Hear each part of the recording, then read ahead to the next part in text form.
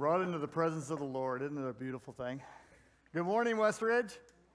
It's good to see you again. We're going to continue on our series, Living All Out, from the chapter in Romans, chapter 12. 2 weeks ago, Darren talked about the transformed nature of this life. Then last week, Greg unpacked what it means to live graciously. Today, the theme of the message is living authentically. Now, I don't know if you saw this story or not, but earlier this year, an auctioneer was touring a person's house in northern France when he noticed a painting hanging on the wall. This was a painting here. A painting about a foot and a half by 2 feet wide was hung in the elderly lady's house for years. It was on a wall between her kitchen and her dining room. And the auctioneer saw it. And when he saw it, he said, "There's something different about that painting." And he suggested the lady bring it into the auction house for evaluation. Imagine her surprise when it was determined that this painting was a genuine masterpiece attributed to the 13th century Italian painter Cimabue. And when they first discussed the potential value of the painting, they thought it would bring somewhere between $4 to $6 million at auction. Now imagine her surprise, because when the auction took place, the painting garnered a bid of $26.6 million, most of which goes to the elderly lady. Now, if that auctioneer had not noticed something different about that painting, it would still be hanging on the wall between her kitchen and her dining room. But something about the painting stood out to him, and it caused him to take a second look, which changed everything. Now, I wondered how in the world could they tell that painting was authentic? Well, they looked at the style of it. They looked at the brush strokes. They examined the paint. Basically, they tested the painting. And I believe we can do the same thing when it comes to living authentically, following Jesus. There are distinct characteristics that mark this lifestyle. And today, we're going to examine those by looking at Romans 12, verses 9 and 10. Thanks, Michael. So here's the verses for today, read from the Message. Here's what it says: love from the center of who you are. Don't fake it. Run for dear life from evil. Hold on for dear life to good. Be good friends who love deeply and practice playing second fiddle. Now, I love the phrasings of this paraphrase, okay? Because I think they capture the distinctives of what this all-out life looks like in practice, the real deal, right? For those of us who choose to follow Jesus, there is a lifestyle that is different and that is distinct from what people normally encounter in this world. Now, I see something like this. Hey, when it comes to pumpkins, what comes to mind? Isn't it something like this? Right? And pumpkins are going to say, you go to a pumpkin patch around Halloween time, you can find those pumpkins like that in a variety of sizes and even some different shapes. But you know, when it comes to pumpkins, I like distinctive. So I brought a couple with me today. All right? Yeah. Okay? Huh? Cool? Right? Now, how about this one? Oh, yeah. Oh, yeah. No. Here's one. Okay. Yeah, thank you. But I probably left the biggest ooh out in the car because I didn't have enough room to carry it in. How about that, all right? So here's the deal. I like to stick, and our porch, we had some of those orange ones on. We had one on the porch like that, but the rest of them look like this because I like distinctive. And when we practice, I think, the distinctives that we're going to look at in these two little verses, we're going to be able to live a life that does stand out, that causes others to look and say, man, maybe that's what it really means to follow Jesus. Maybe this Jesus thing is real. So what are the distinctives? Well, the first thing I see, Paul writes this passage in Romans 12. He says, hey, we need to love with no strings attached. When he wrote this letter to the church at Rome, he began by saying that the love we practice toward others needs to be genuine. The term he uses to describe this type of love here is a very interesting term because it's a theater word. And it's a word that describes the masks that the actors would wear when they did Greek and Roman theater. Basically, they would put a mask on, and you couldn't tell what they were like on the inside. You couldn't tell what their facial expressions really were. You couldn't tell who they looked like. You couldn't tell male or female. Basically, it was just an actor with wearing a mask. And this is where we get the word hypocrite from, by the way. That's what it means to wear a mask. Why do people wear masks? I brought a couple of masks with me. Okay, so I brought this mask with me today. Okay, now I was an umpire. I caught in college. Believe it or not, I caught a year in college, and I was glad to be able to wear this mask. You know why? It protected my pretty face. Okay, because every now and then the ball would come off the bat and it would bang right here, right? Then there's this kind of mask, which I'm not going to put on for you. Okay, all right? And why do people wear masks like this? Well, it's to scare people, right? I mean, that's the purpose of a mask like this. Right? And I don't know if you've ever been around somebody who's, when they begin to get a little vulnerable, all of a sudden they do something that tries to scare you away and push you away, right? Because they're scared. And they want you to be scared. And then I use this mask too. This one I won't put on. Basically, I use this when I hunt, because it doesn't allow the game to see me, or I can still see them through the mesh and thing. Now, why do people wear masks? I mean, bottom line is to protect. It's to protect themselves. Paul says when it comes to loving people, we should not use a mask to hide what we're feeling, to hide what we're thinking, to hide motives that may not be pure. He said the love that we're to practice as followers of Jesus is the brotherly love that is open, that is real and genuine and transparent. It's a love that doesn't just say the right words, it follows through with the right actions. I have a friend who's going through a challenging divorce, and early on in the process, she asked me to pray for her. So I did, and then I met with her to find out what was going on. Well, her husband had moved out of their house and had moved in with another lady. Now, here's what he told her. I love you, but I've got to do this right now. Ann and I spent some time talking about what genuine love looks like.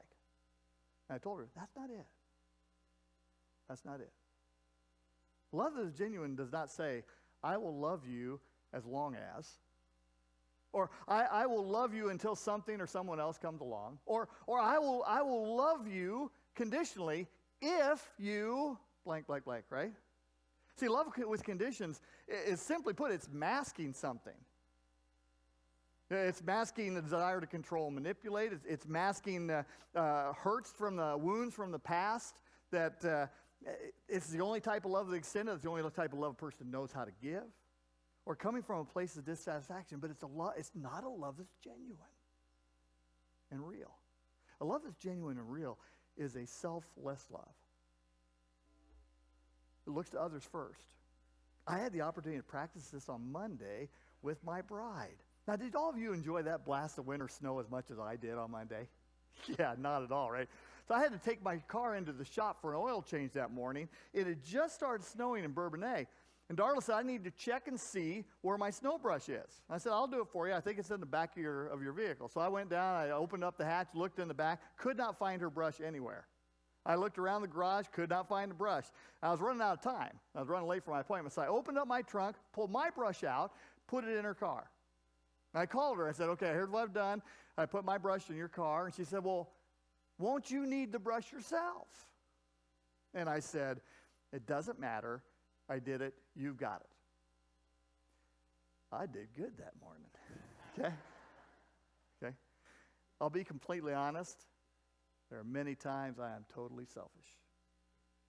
Totally selfish. Because I have that in me. But here's the deal. I know I'm called to love genuinely. I know I'm called to be willing to listen to others, to give my time and energy to help, to love regardless of whether that love is going to be returned or not. That's what genuine love looks like. And when this type of all-out love is practiced, others notice the difference because that's not what normally is seen.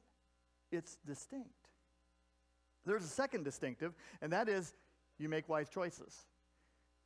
Run for dear life from evil. Hold on for dear life to good.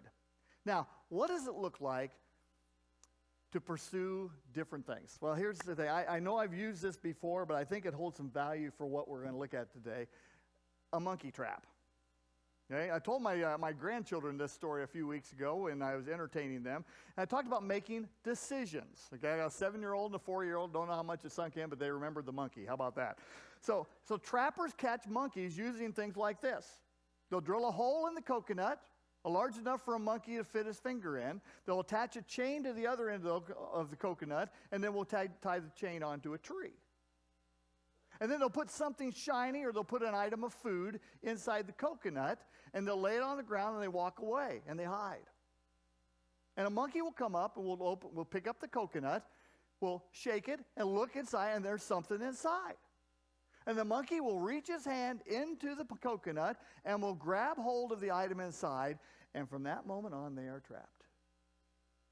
And I've watched it on YouTube before. The trapper will come up with a net, and the monkey will be screaming and squalling, and it'll be trying to pull his hand out of the coconut. And it can't do it because it's holding on to what's inside. And their fist is bigger than the hole, and so they're stuck. And they're jerking and jerking, and the guy walks right up and throws the net over the monkey, and what was once free is trapped because of what he chose to hold on to. The authentic life shows itself by what it chooses to hold on to. You look at what Paul says. He says, hate what is evil. And the word there is used for the word horror. Have horror, feel horror toward what is evil. And when we see something that's horrible, what do? We run from it. See, I think evil has a certain stink to it. Because it just smells. It's discernible for those who are looking and who are tuned in. So let me ask you a question. Have you ever found something strange lurking in the back of your refrigerator? Yeah, maybe it's in that Tupperware container that's been there for a couple of months, or you notice that unique aroma coming from the vegetable drawer. And when you investigate a little more closely, you find an object on it that has a whole lot more hair than I have on my head on it, or it's liquefied into that non-discernible lump of something. Yeah, you know what I'm talking about. So what do you do with items like that? Do you let them come into your food chain? Of course not. You get rid of them because they're horrible. See, living all out shows itself by what we choose to hold on to. And when we see something that's horrible and evil, we run away from it. On the flip side of that, we cling to what is good.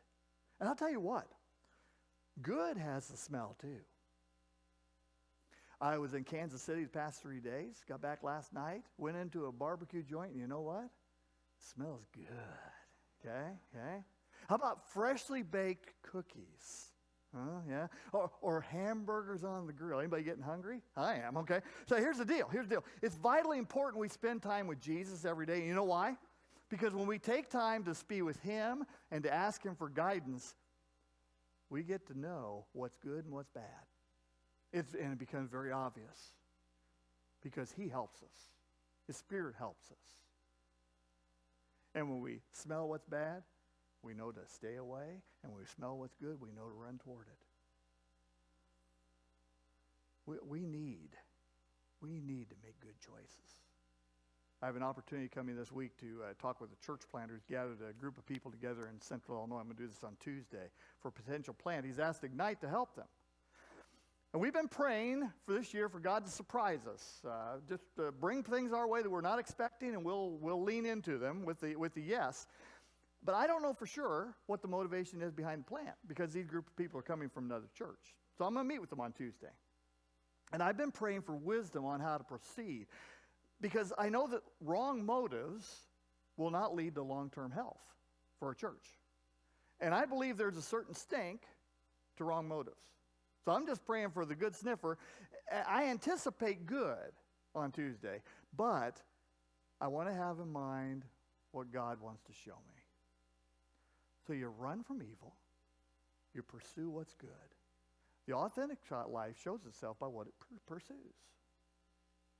And then last but not least, it shows itself by choosing to live selflessly. This is a great distinctive for the follower of Jesus. It makes us stand out clearly. Here's what we're told in the passage. Honor one another above yourselves. Learn how to play second fiddle. First thing I see in this phrase is the fact that it's a competition. It really is a competition. The word honor carries with the idea of outdoing someone else. But it's kind of an interesting thing because the competition is not with another person. The competition's in here. If I want to live all out, I need to be eager to honor others, eager to lift others, to point toward the accomplishments of others, and to battle myself and the desire to have ego always take control. To outdo one another in showing honor. I am a selfish person. I want to be recognized. I want to be known. I want to be valued and honored. And you know why? Ego. There's nothing pure or commendable about it all, guys. Just being straight with you. I battle it. I battle it all the time. I was at a conference in Orlando, 1st of October, when I happened to sit next to a person who leads a large church planting organization that's national. And he was eating breakfast with another guy, and I overheard some of the conversation as they talked about church planting plans, and the director of this organization talked about his goal of starting 1,000 churches the next year or two. And I'm thinking to myself, what difference do the 1 to 2 that we do make? What am I doing? That afternoon at the conference, the speaker talked about the danger of the comparison game. And his challenge, he said, you cannot be concerned about what other runners in the race are doing. Your job is to run in your lane and to run the race you've been given to run and not look at the other runners. He said, you're not supposed to run someone else's race. Now, I'll tell you what, that came at the perfect time. It really did. Because it changed. It changed my attitude, which is always a good thing, right? See, giving honor to someone else is difficult in an environment of selfishness.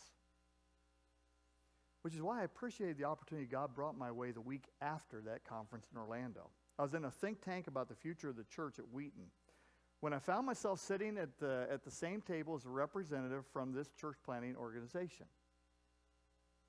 The leader of the think tank asked us to get together with somebody around our table to pray for them. Now, you know exactly who I was paired with, right? Okay, yeah, oh yeah, for sure. And at that moment in time, I felt that little nudge to say, here's your opportunity.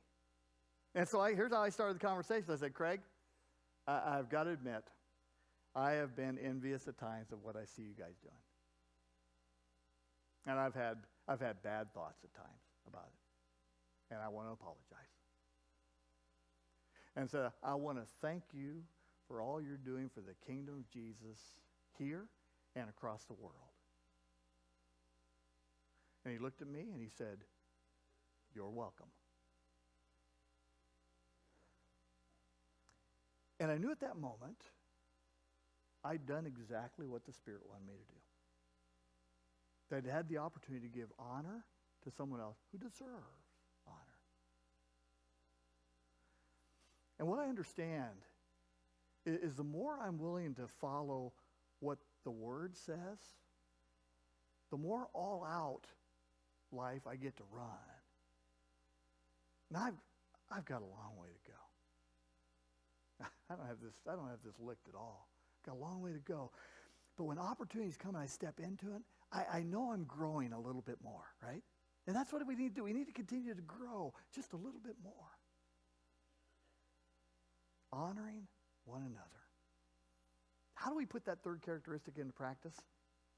Well, how about looking for things to compliment or to celebrate in someone else's life? How about we look at ways to lift people up instead of running other people down, sometimes behind their backs, been guilty of that, or even to their faces. How about looking for words that will bless and lift? Or looking for tangible actions that focus on others instead of ourselves. See, the all-out life It's characterized by these three distinctives. And it's distinctive because it's a life that Jesus challenges his followers to live. Now, I'll be honest, we can never make this happen on our own. We're not strong enough. But when we commit to following Jesus, to not pushing self forward, to yielding to him, I think we can grow in and toward this life that stands out and becomes more real with every experience we pursue. So here's what I'd like to ask you to do in the week ahead. First of all, I want to ask you to fuel up. I'll tell you what, we cannot do this on our own. We need to spend time with Jesus. So I want to encourage you to practice the 15-minute rule. We've talked about it before. Hey, choose something to read. I'd go to the book of Mark, read for 5 minutes. Think about what you've read for 5 minutes, and then talk to God about how to implement something from what you read for 5 minutes. And just see what happens in the week ahead. I know when we spend time with Jesus, he fuels us. He helps us. And that leads to the second thing. I wanted to step toward all out.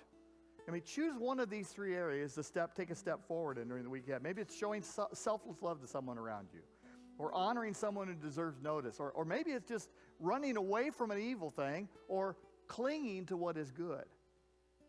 But do one thing to take that step of growth. And then thirdly, keep your eyes open. Keep your eyes open. In the week ahead, there are going to be opportunities, multiple opportunities to be selfish. I know me. And my encouragement is going to be to make one decision towards selflessness. Just one. As you listen to the voice of Jesus, he will direct you through the Spirit. So just please practice awareness and choose a selfless act this next week. And just see what happens in the lives of others around you. Because I'll tell you what, when we pursue these things, we show that Jesus is real to us. And our life becomes a little more real with each step we take. Let me pray. Father, thank you so much for who you are. And thank you for the opportunity to be together today. And I'm thankful for the patience you have with us. You showed us what selflessness looks like. Thank you for being our God and being our Father. Help us in the week ahead to take a step toward you. In Jesus' name, amen.